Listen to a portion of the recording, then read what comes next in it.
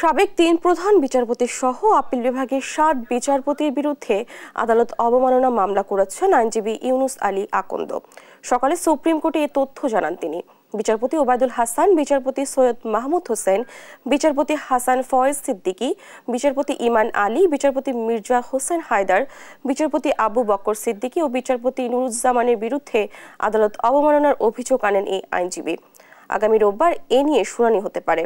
ইউনুস আলী আকন্দ অভিযোগ করেন, ক্ষমতা অপব্যবহার করে আইনগত এখতিয়ার বহির্ভূতভাবে অসাংবিধানিকভাবে আদালত অবমাননা আইন ১৯২৬ লঙ্ঘন করে কোনো শুনানির সুযোগ না দিয়ে তাকে শাস্তি দেওয়া হয়।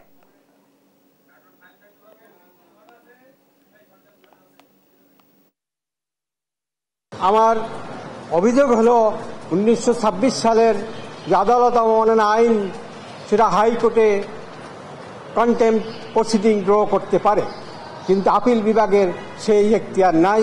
আমাদের সুপ্রিম কোর্টে আপিল বিভাগে হাইকোর্টের যে সমস্ত রায় হয় তার বিরুদ্ধে আপিল হয়।